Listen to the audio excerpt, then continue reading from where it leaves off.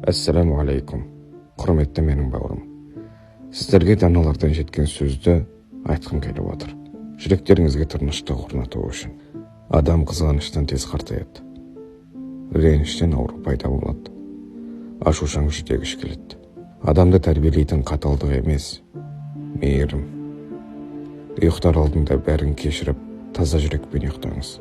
Әр қиындықта жеңілдіктер, әр көз жасында қуаныш, әр сабырлықта абырой жасырылған.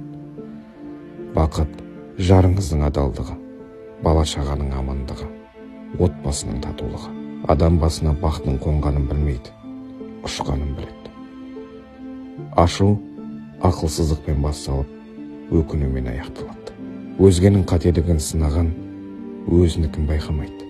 Бәрін түсіндіруге болады, бірақ бәріне емес. Сізге өсек айтқан адам сіз туралы да өсек айтады. Ақылды адам біреудің кем-кетігін өзі түсіп жүреді. Ақымақтар біреудің кем-кетігін жіпке тізіп жүреді.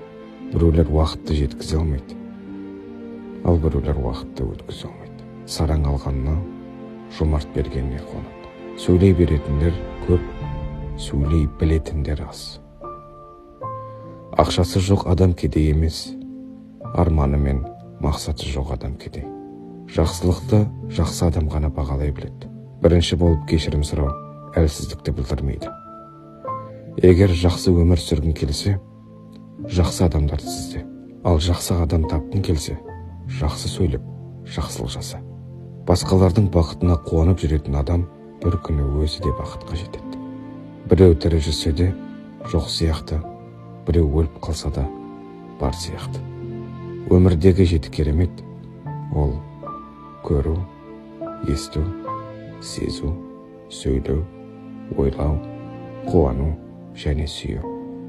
Жаман жағыңды іздеген адам жақсы жақтарыңды көре алмайды. Адамның көңіліне қарап сөйлеу үлкен адамгершіліктің белгісі, имандылықтың белгісі. Айтылғанша сөзге сіз қожайынсыз. Айтылған соң сөз сізге қожайын.